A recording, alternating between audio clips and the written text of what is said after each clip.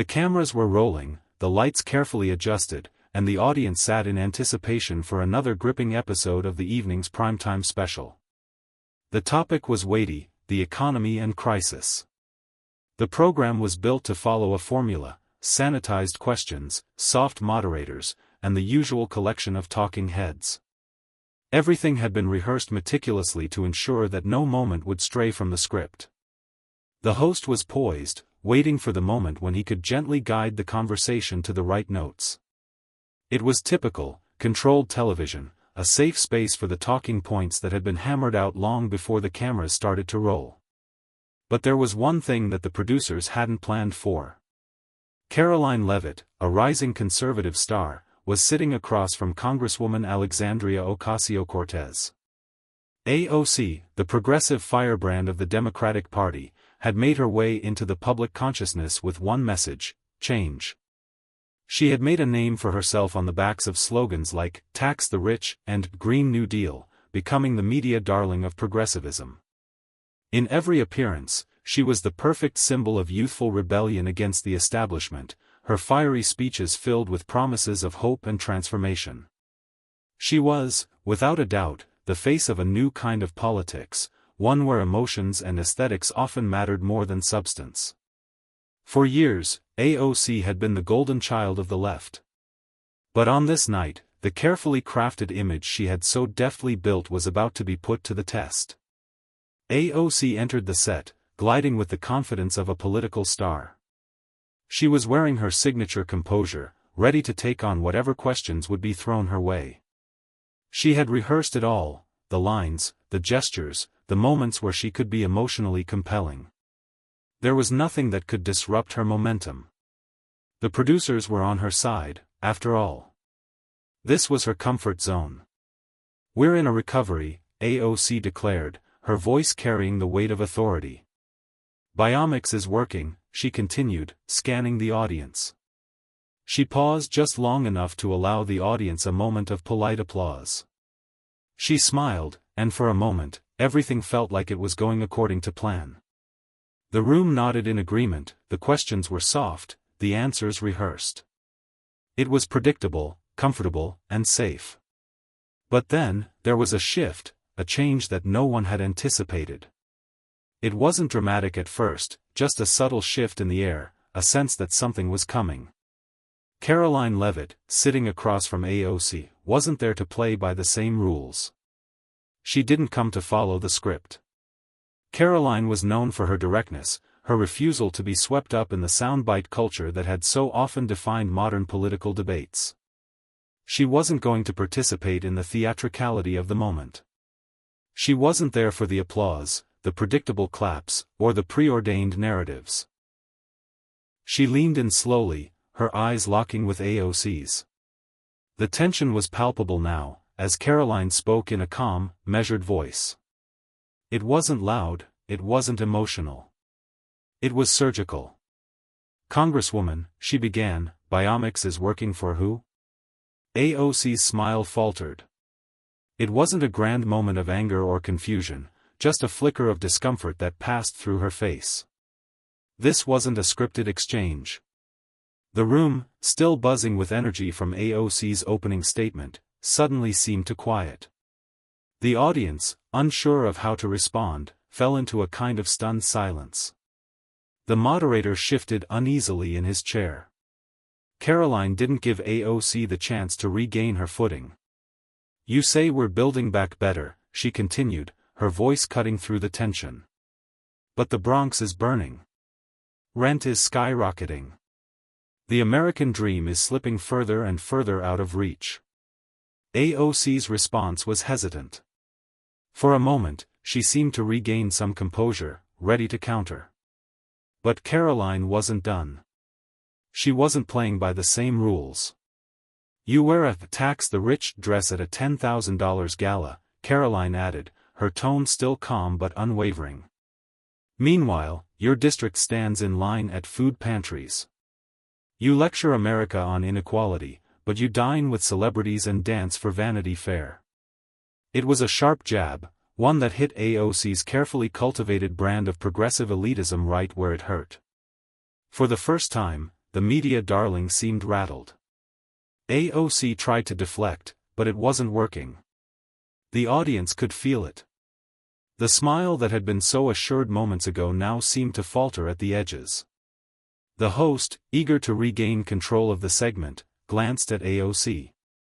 But Karoline wasn't going to allow this conversation to slip back into predictable soundbites. "You claim to be the voice of the working class," Karoline continued, "but you spend more time with stylists than with single mothers. You tweet about inequality from penthouses, but when your district needs answers, you're on a podcast somewhere complaining about mental labor." AOC's response, if there was one, never came. Her face tightened, tension in her jaw, the kind of expression you see when someone's memorized their lines, but their opponent isn't playing along. She stammered, trying to regain her footing, but Karoline didn't let up. "You say you're building a movement for the people, but your actions speak louder than your words. You wear a tax the rich dress to a gala for the very elite that your supposed policies target. That's not a movement, it's a brand." The audience seemed to lean in.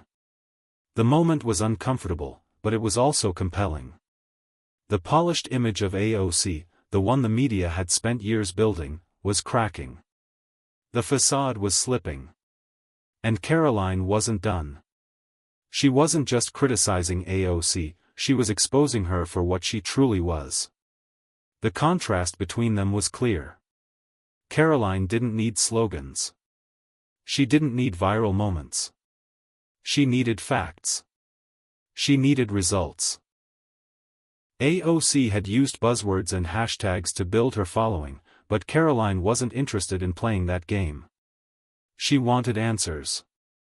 "Your Green New Deal," Karoline said, leaning forward slightly, "it's not a policy. It's a pamphlet. A PR campaign designed to boost your brand.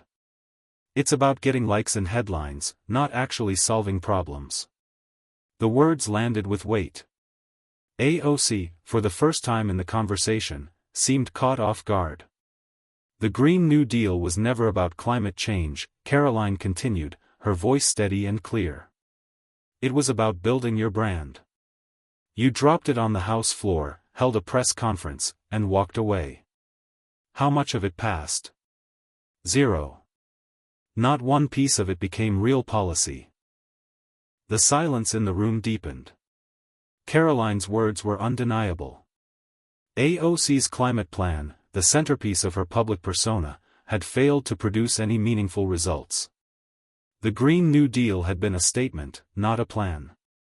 And now, Karoline was calling it out for what it was. "And while you were selling Green New Deal merch," Karoline continued, "real Americans were watching their utility bills double. Small businesses couldn't keep their lights on. Truckers couldn't afford diesel. Farmers were told they were the problem. This isn't about climate change, it's about control." AOC's face reddened. The contrast between the reality Karoline spoke of and the media-driven narrative of AOC's progressive revolution could not have been clearer. The people in the audience, those who lived in the real world, who faced real economic struggles, could see it. They could feel it. Karoline wasn't just challenging AOC's ideas, she was exposing the broken promises and empty rhetoric that had defined AOC's career. AOC tried to regroup, but Karoline wasn't done. "You talk about banning gas stoves," she said, "while you cook in a designer kitchen. You want to outlaw combustion engines while flying to climate conferences on private jets. You don't believe in environmental policy. You believe in environmental theater." There it was again, the exposure of AOC's hypocrisy. Karoline was relentless, and AOC had no real defense. She had no answer to the growing list of contradictions that Karoline was presenting. The Green New Deal? A failure. Climate policy? A charade. AOC's progressive activism? Nothing more than a brand designed to sell a story, not create real change. As Karoline spoke, the weight of her words hung over the room. "You don't care about the planet. You care about your brand," she said, leaning in, eyes never leaving AOC's. And the rest of the country knows it. AOC had no response. The mask was slipping off, and for the first time in her career, she found herself exposed, not as a political leader, but as a media creation. The media built you, Karoline continued. They built you into something you're not, an advocate for the working class. They turned you into a star, but the truth is, you've never delivered. You've never passed meaningful legislation. You've never led anything. All you've done is perform for the cameras. And the cameras aren't your ally anymore. The audience, once hesitant, was now watching in rapt attention. This wasn't just another political debate. This was a moment of reckoning. Karoline wasn't just questioning AOC's policies, she was questioning the entire system that had allowed AOC to thrive without ever truly delivering. AOC, who had spent years cultivating an image of a fearless leader, now sat in the chair, her arms folded tightly across her chest. The practiced smile was gone, replaced by an expression that spoke of someone who had been caught off guard. For the first time, AOC seemed small. Her facade no longer able to hide her emptiness. Karoline didn't raise her voice. She didn't need to. The truth spoke for itself. The future doesn't belong to people who have mastered the algorithm. The future belongs to people who get results, Karoline said slowly, her words ringing out across the room. And you? You've delivered nothing. The camera lingered on AOC for a moment, her composure cracking, her carefully crafted image fading away. Karoline's voice, calm yet cutting, filled the space. You built your brand on promises you never intended to keep. You promised transformation, but all you delivered were tweets. You promised justice, but all you delivered was division. As the segment drew to a close, the truth had been laid bare. AOC wasn't a leader. She was a performance, a media creation, a viral sensation, a symbol of everything that was wrong with politics today. The host tried to pivot the conversation, eager to regain some semblance of order. But the moment had passed. Karoline had broken through. She had said what others were too afraid to say. And in doing so, she had shown the country something it had long needed to see, the truth. As the studio lights dimmed slightly, casting long shadows on the set, the weight of Karoline Leavitt's words seemed to hang in the air. It wasn't just the content of what she had said, but the way she had said it, calmly, methodically, with a clarity that no one could argue with. Karoline wasn't shouting, she wasn't even raising her voice. But in those moments, she had managed to tear down an image that had been carefully constructed for years. Alexandria Ocasio-Cortez, the darling of progressivism, had been exposed for what she was, a performer, not a leader. AOC sat there, her eyes wide but her expression almost frozen in place. The confident young politician who had once thrived on the validation of social media likes, viral moments, and media appearances now found herself trapped by the very system that had created her. She was still sitting up straight, her arms crossed tightly, as if she could somehow protect herself from the reality Karoline had laid out for her. The audience, once polite and reserved, was now buzzing. They weren't just whispering to each other, they were talking about what they had just witnessed. Karoline had dismantled the narrative the media had spent years building around AOC. The once untouchable congresswoman, whose every word had been scrutinized and amplified by the media, was no longer the commanding figure she had been portrayed to be. Karoline, however, wasn't looking for applause. She didn't need the affirmation of the studio audience, and that was the difference between her and AOC. Karoline wasn't performing for the camera, she was speaking to the heart of what had been ignored for so long, the real struggles of the American people. The host, clearly flustered by the sudden shift in the tone of the segment, tried to regain control. He attempted to pivot to another subject, something about climate change, an area where AOC had always excelled in her performances. But it wasn't going to be that easy. Karoline wasn't going to let AOC slide back into her comfort zone, into the rehearsed answers and buzzwords that had defined her public persona for so long. "You want to talk climate change?" Karoline interrupted before the host could finish his question. Her voice was calm, but the certainty in her words cut through the haze of the segment like a knife. AOC's face flushed slightly, but she wasn't prepared for the shift Karoline had already set into motion. Karoline turned toward the audience and began to address them directly, her eyes piercing through the crowd. You want to talk about saving the planet? AOC is the perfect figure for that, isn't she? She's got the quotes, the hashtags, the right social media presence. But let's be clear about something, her Green New Deal wasn't about saving the planet. It was about saving her seat. It was a press release, a slogan, a campaign for her brand. The audience was captivated. Karoline wasn't just critiquing AOC's policies. She was going deeper, explaining the reality behind the theatrics. AOC had become a symbol of progressive climate action, but her actual legislative record on climate change was sparse, to say the least. The Green New Deal had failed to pass. None of the ambitious goals had been met. But the media had covered it like it was the savior of the planet, and AOC had used it to build her image as a bold, radical leader. You know what actually happened, Karoline continued, leaning in, while AOC was on Instagram promoting the Green New Deal merch, real Americans were struggling. Utility bills skyrocketed. Small businesses went under. People were being hit with the consequences of policies that were never meant to work in the first place.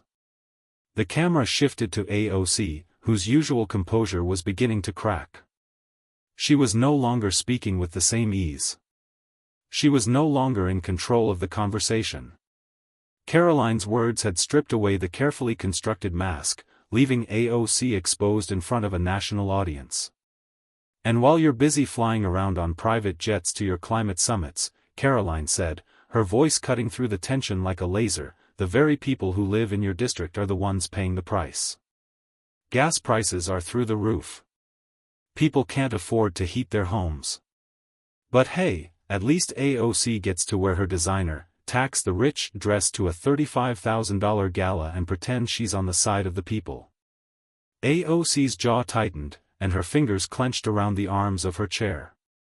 This wasn't the comfortable segment she had prepared for. Karoline wasn't just engaging in political theater, she was exposing the contradictions in AOC's image. The host shifted uneasily. The applause lights had stayed off the entire time. The usual applause for AOC's statements never came. The silence was more profound now. The studio audience wasn't uncomfortable because they disagreed, they were uncomfortable because, deep down, they knew Karoline was right. You know what the Green New Deal really did? Karoline continued. It turned AOC into a brand. She became the face of the movement. She didn't build a policy. She built a following. And she got every magazine cover, every podcast, every appearance. She became the celebrity politician, the darling of the left. But where are the results? AOC opened her mouth to speak, but the words didn't come. She could feel the weight of Karoline's questions bearing down on her, one after another, each one more uncomfortable than the last. Karoline wasn't done. Let's talk about the Green New Deal's actual impact. How many megawatts of solar energy did we get? How many emissions did we reduce? The answer is zero. Not one thing from the Green New Deal ever became a real policy. It's a slogan. A dream. And AOC? She became a symbol of nothing. The words hit harder now. The studio had gone quiet, as though everyone in the room understood that Karoline wasn't just challenging AOC's position on the Green New Deal, she was revealing the truth behind the progressive agenda that had been sold to the public with promises but delivered with very little substance. And you know what? Karoline added, her tone sharp but still controlled, this isn't about the Green New Deal anymore. This is about you, AOC. You've spent your entire career telling people that you're different, that you're the voice of the working class. But every time you open your mouth, you're performing for the camera. Every time you make a speech, you're selling an image. But you're not delivering for the people. AOC sat there, frozen. Her once confident expression now looked tired, worn, and broken. Karoline wasn't just debating her, she was shattering the myth AOC had built around herself. And then Karoline delivered the final blow. You're not a leader, AOC. You're a content creator. You're a viral sensation. You're not a lawmaker. You're an influencer who happens to be sitting in Congress. The truth rang out, clear and undeniable. AOC had spent so much time curating her image, building her brand on social media and viral moments, that she had forgotten about the hard work of governance, the kind of work that requires real results, not just carefully crafted talking points. And Karoline wasn't finished yet. While you were out there selling yourself as the next big thing, people in your district were getting evicted. They were waiting in line for food. They were struggling to make ends meet. You didn't show up for them, AOC. You showed up for the cameras. AOC shifted uncomfortably in her chair, her eyes darting around, as if looking for a way to escape the reality Karoline had just exposed. But there was no escape. The mask had slipped, and the truth was out there for the entire country to see. The media may have built you up, Karoline said, her voice unwavering. But tonight, we saw who you really are. You're not a leader. You're an image. And that image is crumbling. The host, sensing the gravity of the moment, tried to steer the conversation in another direction. But it was too late. The damage had already been done. The truth had been spoken, and it wasn't something that could be swept away or ignored. For the first time in years, Alexandria Ocasio-Cortez was no longer the darling of the media. She was no longer the unstoppable force that had captivated the progressive left. Now, she was just another politician, one who had failed to live up to the promises she had made. As the cameras rolled on, the audience was left in stunned silence. Karoline Leavitt, with nothing more than her words and unwavering resolve, had exposed everything the media had tried to protect. And as the lights dimmed on the set, it was clear that a new chapter was beginning. This wasn't just about AOC's failure, it was about the media's complicity in propping up a false narrative. Karoline had delivered the truth, and the country was waking up to it. The system had failed the American people, and Karoline was ready to lead the charge towards something better, something real. As the cameras rolled on and the audience absorbed the weight of Karoline Leavitt's words, the air in the studio grew thick with an uneasy tension. AOC, once the embodiment of progressive hope and change, sat there, her shoulders tense, her lips pressed tightly together, unwilling to meet Karoline's unyielding gaze. The truth had been laid bare, and there was nowhere for her to hide. Karoline's final words echoed through the room, not just as a call for accountability but as a declaration of what the country was beginning to recognize. The media had elevated AOC into a symbol, but it was a symbol built on empty promises and performative activism. Tonight, Karoline had shown the world the cracks in the narrative, the weaknesses in the story that had been told for years. AOC's silence spoke louder than any words she could have said. She could no longer rely on her rehearsed lines, her practiced smirks, or the steady hand of a media that had protected her for so long. The cameras, once her allies, now exposed her for what she had become, a political figure consumed by the need for validation, more interested in maintaining her brand than delivering real, lasting change for the people she claimed to represent. As the host tried once more to shift the conversation, his voice faltered. He could feel the weight of the moment, the growing realization that the narrative he had been so accustomed to was no longer intact. The audience remained unnervingly quiet, their eyes fixed on the confrontation that had just taken place. This wasn't just another debate. It was the unraveling of a carefully crafted illusion. But Karoline wasn't done. She had made her point, but this was more than just a victory over a single politician. It was the beginning of something much larger. She wasn't just challenging AOC's positions, she was challenging the entire political system that had allowed her to flourish without accountability. She was calling on the American people to wake up, to recognize that their leaders had been feeding them a carefully curated story, not the hard truths they needed. "Let's be clear," Karoline said, her voice steady but firm. "This isn't just about AOC. It's about a system that has built people like her up, time and time again, with no regard for what actually matters. The media doesn't care about results, they care about what gets clicks, what trends, what makes them money.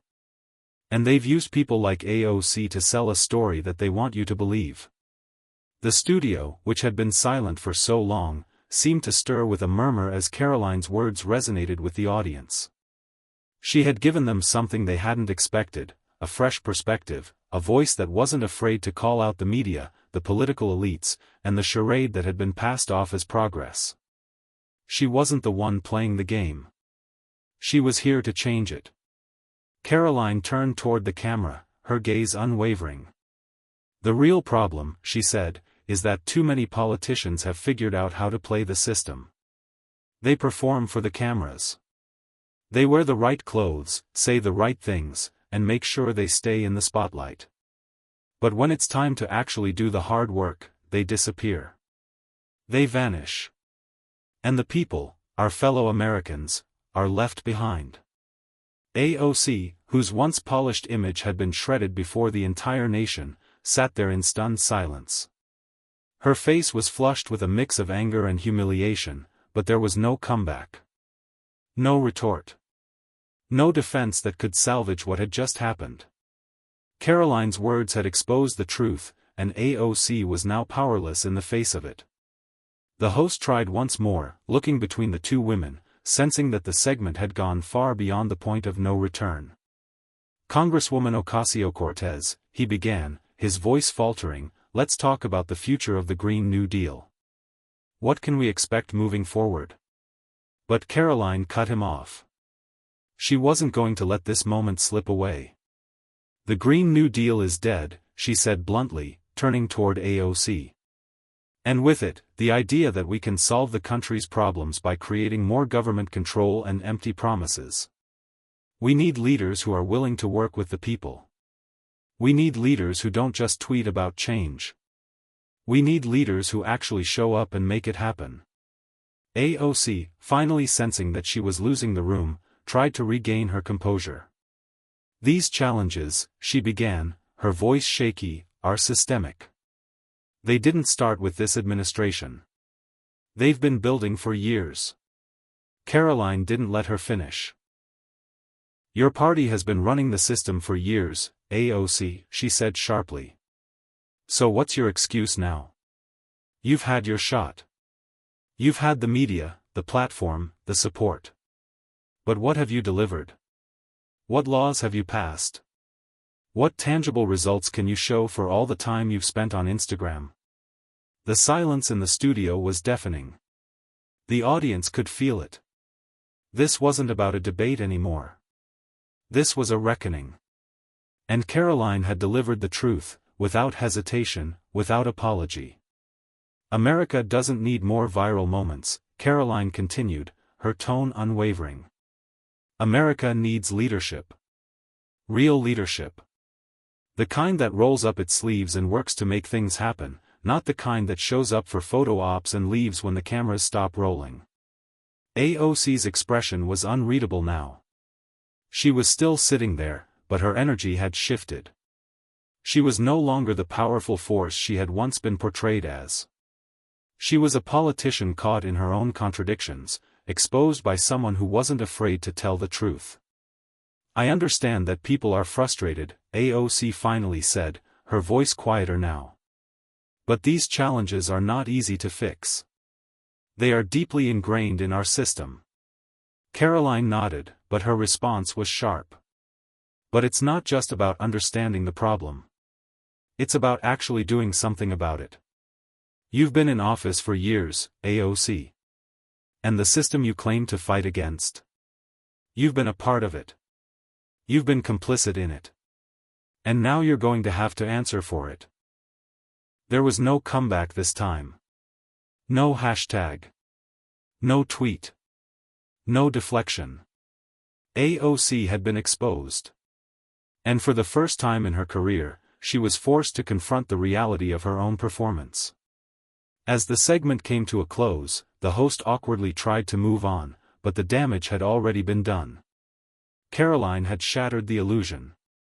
AOC's image, once untouchable, was now just a figment of the media's imagination, a story built on soundbites, viral moments, and empty promises. And in one powerful moment, Karoline had ended that story. The cameras cut to the crowd, and the studio erupted in applause, but this wasn't the usual applause for a politician's success.